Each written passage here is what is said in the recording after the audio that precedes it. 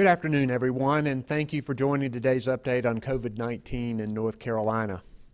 As of today, our state has 20,015 confirmed cases, 554 people in the hospital, and sadly, 699 deaths. This virus is still a serious threat to our state, but North Carolinians have made changes and sacrifices in their daily lives, and that has helped to flatten the curve here. That means hospitals and the medical system can serve sick patients effectively for all kinds of illnesses, including COVID-19. Last month, we laid out a phased approach to easing restrictions in our state that relied on data, science, and facts. 2 weeks ago, we announced that we were entering phase 1. Today, we're announcing another gradual and cautious step while still keeping important health and safety measures in place. We've been closely watching and reporting the North Carolina data on a daily basis, but it's important to watch the trend lines over a 14-day period to determine if our metrics are increasing, decreasing, or stable over time.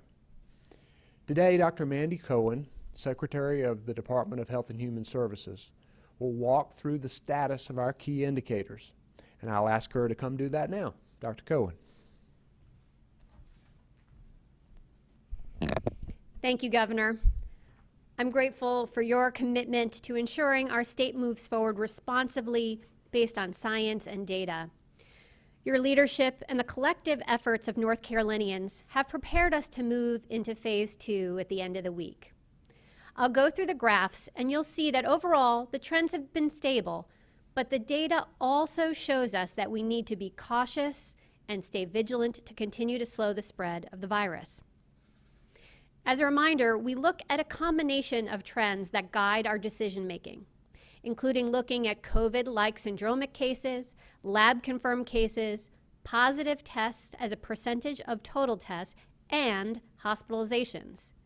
These indicators were chosen based on public health data as well as White House guidance. We cannot look at any one of these metrics in isolation. We really need to see them as a whole package when making decisions, and each of these data has limitations. On this first graph, we look at people who have come to the emergency department with COVID-like symptoms. This metric serves as an early detection mechanism. I want to draw your attention to the yellow line, and you'll see towards the right, it is decreasing, and this is good news.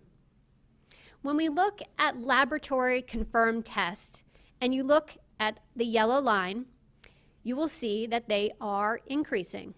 And although today we had a lower daily new case count with 422 new cases, last weekend we saw our highest single-day increase with 853 new cases in one day. This indicator needs to be interpreted in the context of the additional testing we are doing across the state. We know that as we do more testing, we expect this indicator to rise. But this increase in case count also shows us that the virus is here in our communities across the state. I would have liked to see this trend starting to level, but it has not yet done that. Now on this next slide, we look at the percent of tests that are positive. And it's important to interpret the last graph you just saw and this graph together. I want to draw your attention again to that yellow line, and you can see that the percentage of total tests that are positive has been decreasing and is starting to level. So while we're seeing more positive cases day over day, as we saw in the previous graph with the increasing testing, the percent positive continues to look very good. On our next slide here, this is our metric of day over day hospitalizations. This yellow line shows that North Carolina's trajectory of hospitalizations is level. We have the capacity to meet increasing demands if more people become seriously ill. That's also really good.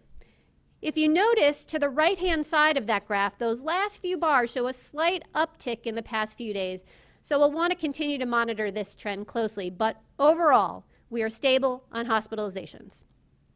Finally, a bonus graph again today, providing an update on where we are with testing. Again, looking at the yellow line, you can see that this trend is up. Good news.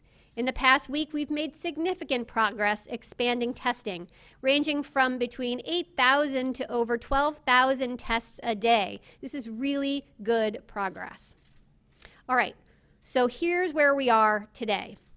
Our surveillance data shows a decline, green check.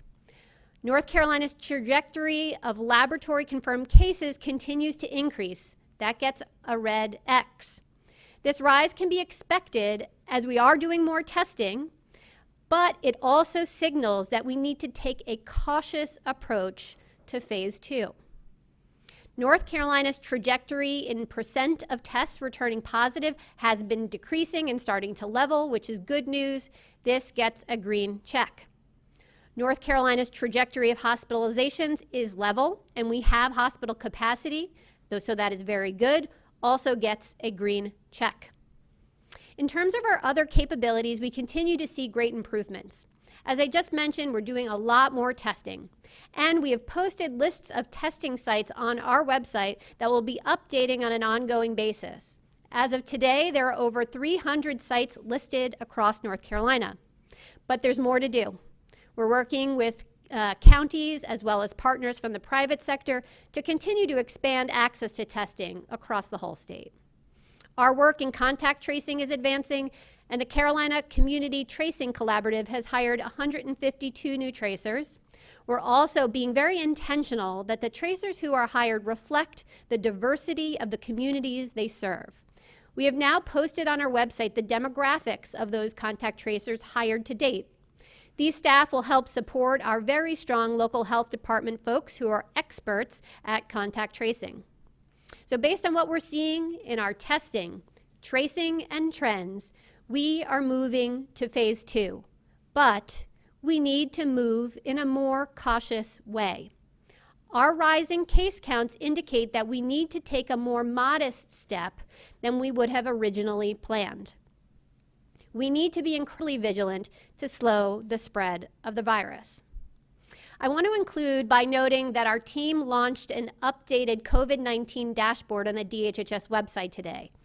The interactive dashboard provides an overview of the metrics I just covered, as well as the other capabilities that the state is following to inform our decisions to responsively ease measures that slow the spread of the virus. The updated dashboard includes an enhanced North Carolina map, sections on COVID-like illness surveillance, cases, testing, hospitalization, contact tracing, PPE, and congregate living settings. Keeping our trends stable still depends on your actions, what you do to protect your loved ones and your neighbors. Remember, people can have COVID-19 and not have any symptoms. If we don't practice the 3 W's, wear, wait, and wash, we can unknowingly expose people to the virus. When we wear a face covering, wait 6 feet apart, and wash our hands often, we show our families, friends, and neighbors that we care about them. So remember, wear, wait, and wash. Thank you, Governor.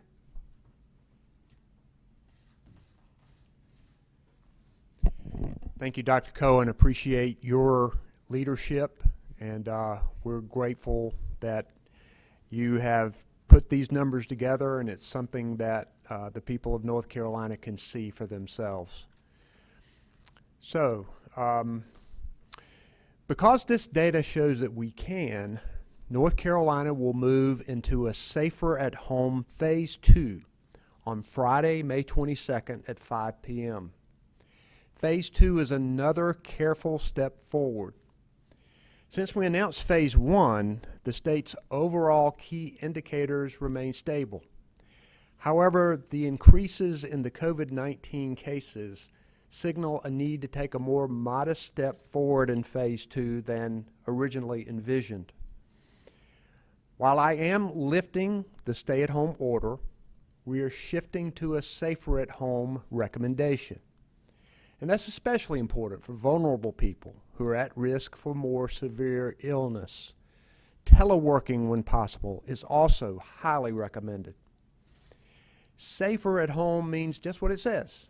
Just because you can go more places doesn't mean you always should. Now, some businesses and places will remain closed in phase 2, including bars, nightclubs, gyms, and indoor fitness facilities, indoor entertainment venues such as movie theaters, bowling alleys, and museums, and public playgrounds. This is because the potential spread of COVID-19 can be significant there. The mass gathering limits in phase 2 will be no more than 10 people indoors or 25 people outdoors. And this applies to event venues, conference centers, stadiums and sports arenas, amphitheaters, and groups at parks or beaches. When people gather together, one person can be the spark to spread the virus to many. Now, certain businesses will be able to open at limited capacity with other requirements. Restaurants can reopen for dine-in customers at mostly a 50% capacity with distancing and cleaning requirements. Personal care businesses like salons and barbers can also reopen at 50% capacity. These businesses will have face covering and cleaning requirements while also reducing the number of people in the waiting areas. Swimming pools will be able to open at 50% capacity, and overnight and day camps can open with safety rules. Child care facilities remain open and are now able to enroll all children. I want to thank our child care centers that have been open. They've been taking enhanced precautions and they've been providing a critical service. As with previous orders, these restrictions are a floor. Local governments may enact more strict rules if health officials and local leaders believe it's in their best interest and in the best interest of the health of their communities. Now, this next phase can help us boost our economy, and that's important. But we can only help our economy when people have confidence in their own safety, which is why it's important to ease restrictions carefully and use data like Dr. Cohen was talking about in deciding when to do it. Now, I know this virus has upended life for many North Carolinians, especially those who've lost their incomes. And I've directed the Division of Employment Security to improve the efficiency and customer service of the unemployment benefits process. In Safer at Home, Phase 2, the 3 W's are even more important. Wash your hands frequently, wait 6 feet apart from other people, and wear a face covering. Remember, the face covering is more about protecting other people from your germs in case you have the virus and just don't know it yet. A face covering signifies strength and compassion for others. Wearing one means that you actually care about other people's health. And I'm proud every day here at the Emergency Operations Center when I see our brave National Guard soldiers and tough Marine Mike Sprayberry using them. Finally, I'd ask us all to be patient and understanding of the frontline heroes who are running cash registers, driving delivery routes, and helping customers, especially those businesses that'll just be opening this weekend. Not every restaurant and salon will be able to open Friday evening, and some may choose not to open at all. Show them the courtesy of patience as they weigh how to best serve their customers and to stay safe. We owe that to them. And let's keep looking out for our neighbors, thanking our frontline workers, getting some fresh air when we can, and working together to defeat this virus. With me today is Dr. Cohen, our Secretary of the Department of Health and Human Services. Our Secretary of Public Safety, Eric Hooks, is with us, along with Director of Emergency Management, Mike Sprayberry. Karen Magoon and Nicole Fox are our sign language interpreters. And behind the scenes, Jackie and Jasmine Mativier are our Spanish language interpreters. So we're going to take questions from the media, and if you could identify yourself and your organization when you call in, we'll take the first one. first question will be from Colleen Quigley, WNCN. Good afternoon, Governor Cooper and everyone. Thanks for taking my question. It's in regards to local law enforcement leaders in past saying they wouldn't enforce parts of your executive orders. What is going to be your message going forward when asking people to keep their businesses, their bar, their restaurants, their salons at 50%? How are you going to make sure that's enforced? Most of law enforcement across this state is doing what they should do and are enforcing the law, and they're doing it in a good way. They're telling people about the order, they're taking complaints from people, and they're going to see people who may be in violation of the order. And most North Carolinians are doing their best to follow the orders and doing their best to keep their families and their neighbors safe from this virus. I believe that most of the law enforcement in North Carolina want to keep people healthy. And I think many of them will welcome this cautious move into phase 2. One of the things I've heard from a lot of people is that we need to get our restaurants open and our personal care salons, people getting haircut, those kinds of things.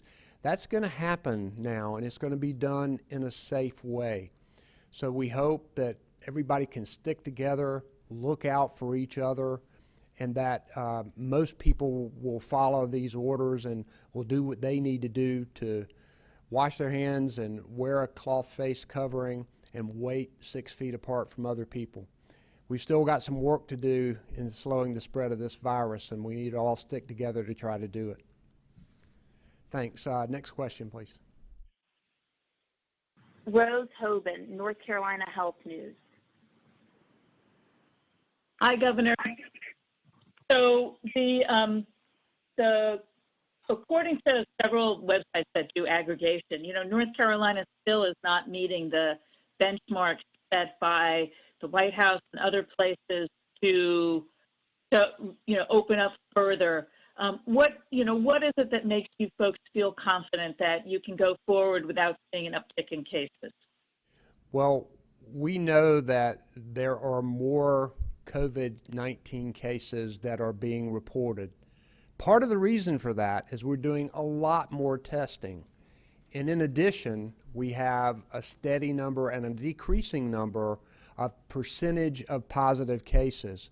So we don't like that number going up, and that's one of the reasons why we scale back phase 2 a little bit. But I don't think we agree with the assertion that we're not following that guidance, and I'll let Dr. Cohen address that. Thank you, Governor. That's exactly correct. If you look at the White House guidance, it says that we want to see a decrease in our overall surveillance trends. As I went through today, we see that decline. It also says it wants to see either a decrease in your day-over-day case count or your percent positive of your total test being positive.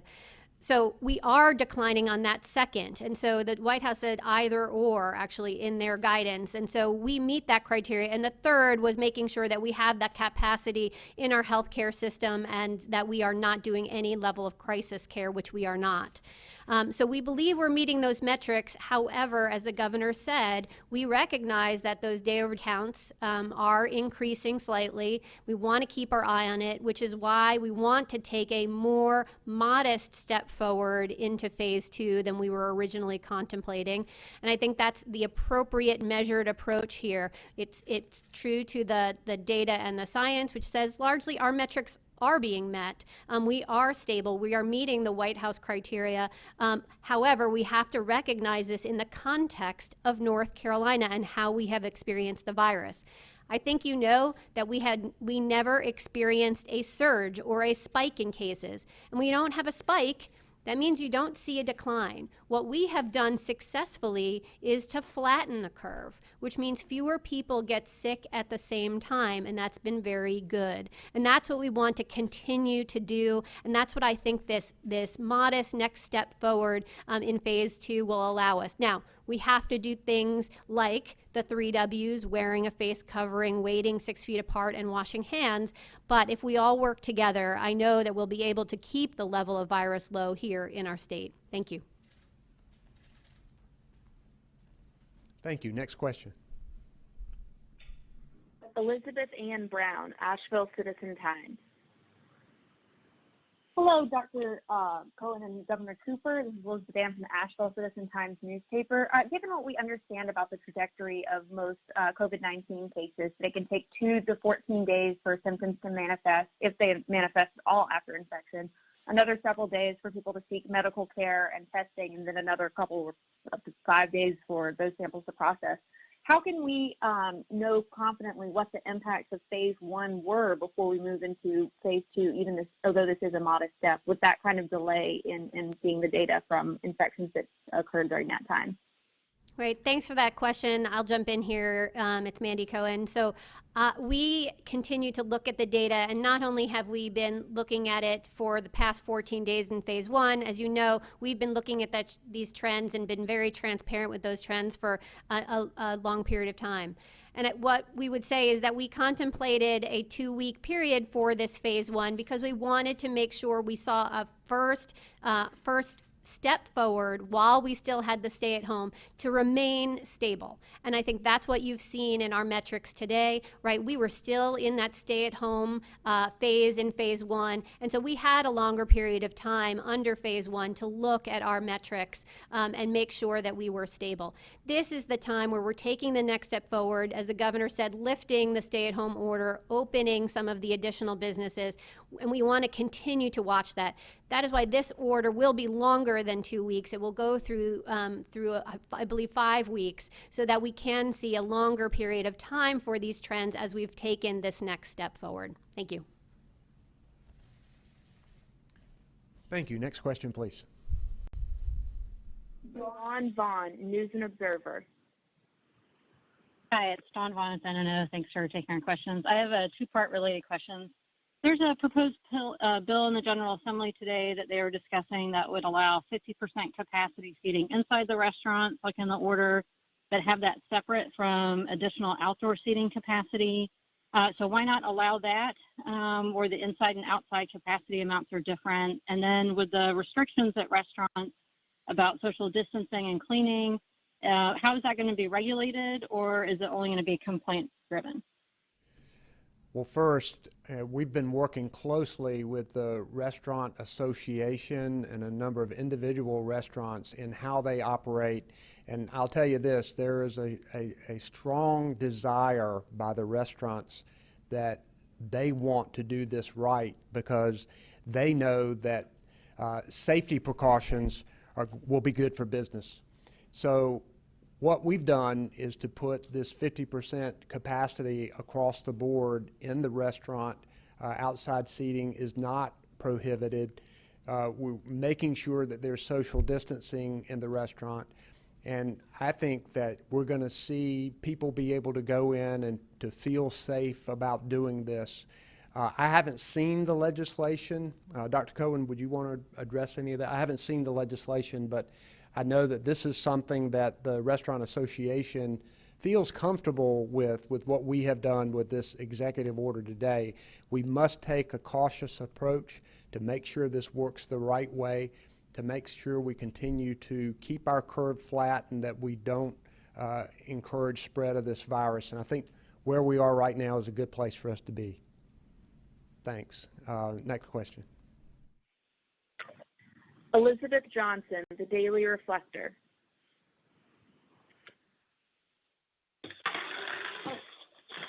Hi, Governor. I was wondering, so considering the current levels of testing and the time it takes for results to come back, how long will it take for us to know whether or not loosening restrictions is safe or too dangerous? We look at trends over time, and Dr. Cohen just went over the trends that we are watching. We like to look at it at 14-day intervals because there can be a real spike or a real drop in cases. And sometimes that's because of the decentralized reporting system that we have in North Carolina. I'm very proud of the Emergency Operations Center and the Coronavirus Task Force team, Dr. Tilson, Dr. Cohen, Mike Sprayberry. They've all worked very hard to get the reporting in from these private labs, from the universities, from medical centers. And sometimes that information doesn't come in when it's supposed to. So it's important for us to look not just at a daily spike or a drop, but at a 14-day trend. And here during this phase 2, we'll have a number of weeks to look at the data, to see where we are. We'll look at all of these trends together, and hopefully we can move into phase 3, but do it safely. And that's going to be our guiding star here, is making sure that we protect the safety and health of North Carolinians. I think this step we're taking today is going to boost our economy. Lifting the stay-at-home order will be a positive thing, but we want people to remember that you are safer at home, that you do need to protect yourself and others, and you need to be careful about what you do. And I think North Carolinians all pulling together, we can keep these numbers in the right place and continue to move forward with this. Thanks. Next question, please. Bree Handgraf, the Wilson Times. Thank you, Governor. This is Bree with the Wilson Times. My question is regard to buffets specifically. The guidance for the buffets is more considered recommendations. So why is things like staff plating for customers, why are those recommendations as opposed to requirements? In this order, there are a number of requirements, but there are also recommendations as well. And I'm going to let Dr. Cohen answer that. Thank you, Governor. Yes, we worked, as the Governor mentioned, with the Restaurant Association to put together quite a comprehensive list of recommendations. There are certain things that we wanted to codify in the executive order to make sure that we were setting a floor, a minimum that everyone needed to follow. But we have additional guidance and worked with the Restaurant Association very closely on that. It involved everything from how they screen employees and potentially to things like buffets. So we tried to capture all of that in our recommendations. It's our expectation that folks will follow those recommendations, again, because it was developed in that collaborative way. Again, the executive order sets the floor for the minimum amount of requirements, but it is our expectation that those recommendations are followed. A lot of work went into putting those together to make sure that folks could operate in the safest way possible. Thank you. I think all of these businesses will be more successful if they show to the public that they are being safe, and I think that that will be good business for them to take these safety precautions. Next question, please. Gary Robertson, Associated Press. Hi, Governor. It's Gary Robertson with AP. Could you just give us an update on what the order says related to religious entities, religious services? Obviously, the judge's ruling over the weekend. Are you still encouraging, are they exempt, first of all, from this order, and are you still encouraging social distancing? Worship services are exempt from this order. However, we are still encouraging social distancing, and we have put forth a list of recommendations for people who are in meetings and in worship services, which we think are important. I hope that congregations and leaders throughout North Carolina will think twice about what they're doing, will look at these recommendations and follow them for the health and safety of their members. I believe that most of them will. Most all of the major denominations have been doing online services. There are a number of churches that have been doing outside services and drive-in services, and you hear about the ones that aren't, but the vast majority of these congregations across North Carolina are doing the right things to protect their members, and I think that they'll keep on doing that and keep on following our guidance. And we have published that, I think, today, haven't we, Mandy? So we have published that, and you can look at it to see what the guidance is for worship services throughout the state. Thanks. Next question. Rebecca Martinez, WUNC. Hello, Governor. It's Rebecca from WUNC. The Federal Foundation has identified vulnerable communities for the spread of COVID and recommends prioritizing low prevalence and high vulnerability places like Greenville instead of hotspots, which might also have more infrastructure and less vulnerability. I'm wondering if you can share more about how contact tracers are being deployed and how they're being prioritized.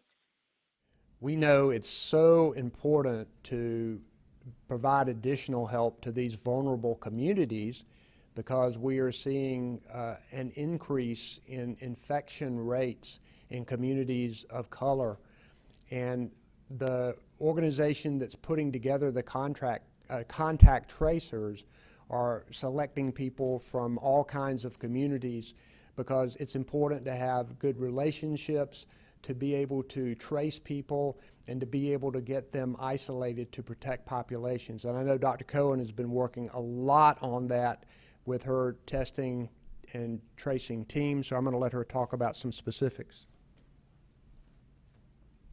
Sure, thank you, Governor. The only thing I'd add is to remind folks that in North Carolina, we're very lucky in that our public health departments, that there are 85 across our state, have long done this work of doing contact tracing. We already had 250 folks already deployed across our state to various communities who have been doing this work. We're hoping to even up that further with having even more local public health staff to be able to do this work. And in addition, as the governor mentioned, our collaborative has also been doing hiring in a way to make sure that we are bringing on folks who are from the communities that we know are most impacted by this virus. And so we are taking our time to make sure we get that right. I'm very proud of our team and our Diversity Inclusion Council working closely with our vendors to make sure that that is at the forefront of what we are doing so that we can make sure that the communities not only get the services they need in terms of contact tracing, but it's a trusted source of that service. So that's very important to our work. Thank you. Thanks. Next question, please. Alma McCarty, WFMY. Hi there, this is Alma McCarty with WFMY News 2. Thanks for taking my call. Kind of a two-part question. So how did you guys determine which types of businesses would remain closed in phase 2? And do you have a reopening timeline for businesses like gyms and bars that may have been originally set to open in phase 2 but now will not be? You know, there are places that the likely spread of the virus can occur, and these were places that were closed to start with. I think that we are in a good place by making a cautious move here, and we want to look at this timeline and to look at our numbers over 5 weeks. We are concerned about the increasing number of COVID cases that we see in North Carolina, and so we've made the decision to move forward in this way, which we think is positive. It's a cautious move, but we know that in many of these places that are indoors and people close to each other and touching items, that spread of the virus can likely occur. So we're making a cautious move with this phase 2. Anything you want to add, Dr. Cohen? Okay, thanks. Next question, please. Ashley Talley, WRAL. Hi, Governor. I was wondering, as we look forward, if you all have plans for phase 3, if that's the phase, if there will be other phases if necessary, and you know, if you have any timeline or expectation on when the whole state could reopen. Well, you know, most businesses are open now, and I think that's important to point out. We've eliminated the distinction between essential and non-essential businesses. And so we're down to a few businesses that we know that spread of the virus can likely occur. We're working very hard with constituent communities to figure out a plan. For example, we want very much to be able to start school in August. And there are a lot of plans being made about how that will be done. We know that a lot of sporting teams and concerts, arenas want to be able to open, and we're talking to them about the kinds of plans that we would put in place in order to allow them to open, but also to keep people safe. And we'll continue to look at our numbers all along. So phase 3 would be more businesses being able to be open and more increases on the limits. Well, you would have fewer limits on each of these businesses. And we're working with the business community and health experts, looking at what other states are doing, listening to the CDC, and keeping an eye on these trends and indicators that we put forward. It's hard to predict what things are going to be like a month from now. That's why we're looking at the science and the data and the facts to guide us in our decision making. So we look forward to hopefully getting through phase 2 and being able to do phase 3, where we'd be able to open more businesses and to have more opportunities for people. But we think that this phase 2 is a good boost to our economy while at the same time working to keep people safe. Thanks. Next question, please. Our final question today will be from Kate Martin, Carolina Public Press. Good afternoon, Governor and Secretary Cohen. Thank you for taking my question. This is Kate Martin with Carolina Public Press. How are the supplies for tests doing, including for swabs and reagent? Do the hospitals have adequate supplies of reagent and other materials to take tests of their patients rather than outsourcing them to corporate labs? And is there consistent access across all parts of the state and health providers? Finally, please tell us what type of restaurant you and your family intend to visit for dine-in service, and when do you intend to go? Well, we're getting better on having more testing supplies every day and more opportunities for different kinds of tests. We know that testing and contact tracing are the key elements for us to be able to continue to move forward here. And I'll let Dr. Cohen and maybe Mike Sprayberry come up and talk about where we are on our supply chain, but that is continuing to improve. Hadn't decided which restaurant that we'll go to. My life has either been at the executive residence or here at the Emergency Operations Center. I've eaten a lot of pizza, so it probably would not be a pizza joint, but that's still to be decided. Dr. Cohen, would you want to talk about supplies? Thank you. Thanks, Kate, for the question. So what I would say is we still need to do more improvement on supply chain overall. I think things have gotten a lot better and we're in a much better spot than we had been in the past. What we have heard from some of our hospital laboratories is that some of their private vendors are not coming through in terms of reagents and such. We actually raised that to some leaders at the federal level just yesterday to make sure that they were aware of some of the supply chain issues. At least at the state lab and in our commercial lab, the supply chains have been improving. We've been working with the federal government to have swabs and such come to North Carolina. We have only seen a fraction of that. I think 20% of what we had hoped would come from the federal government has been here to date, but that means we have done sourcing on our own to make sure that we have the needed supplies so that we can have that for North Carolina. And I'd say we have work to do. I think I'm really proud of the progress we've made, as I mentioned earlier, but I think we definitely want to see even more testing, and then we have to sustain that testing. And so we will continue to do that work with our partners, elevating issues to the federal government and to others to make sure that we are continuing to improve that supply chain to make sure we get what we need here for folks in North Carolina. Thank you so much. Thank you for tuning in today. Thank you all for your patience and hard work. You can go to the Department of Health and Human Services website to read the order itself. You can also look at the frequently asked questions documents. And stay safe, everybody. Thank you so much.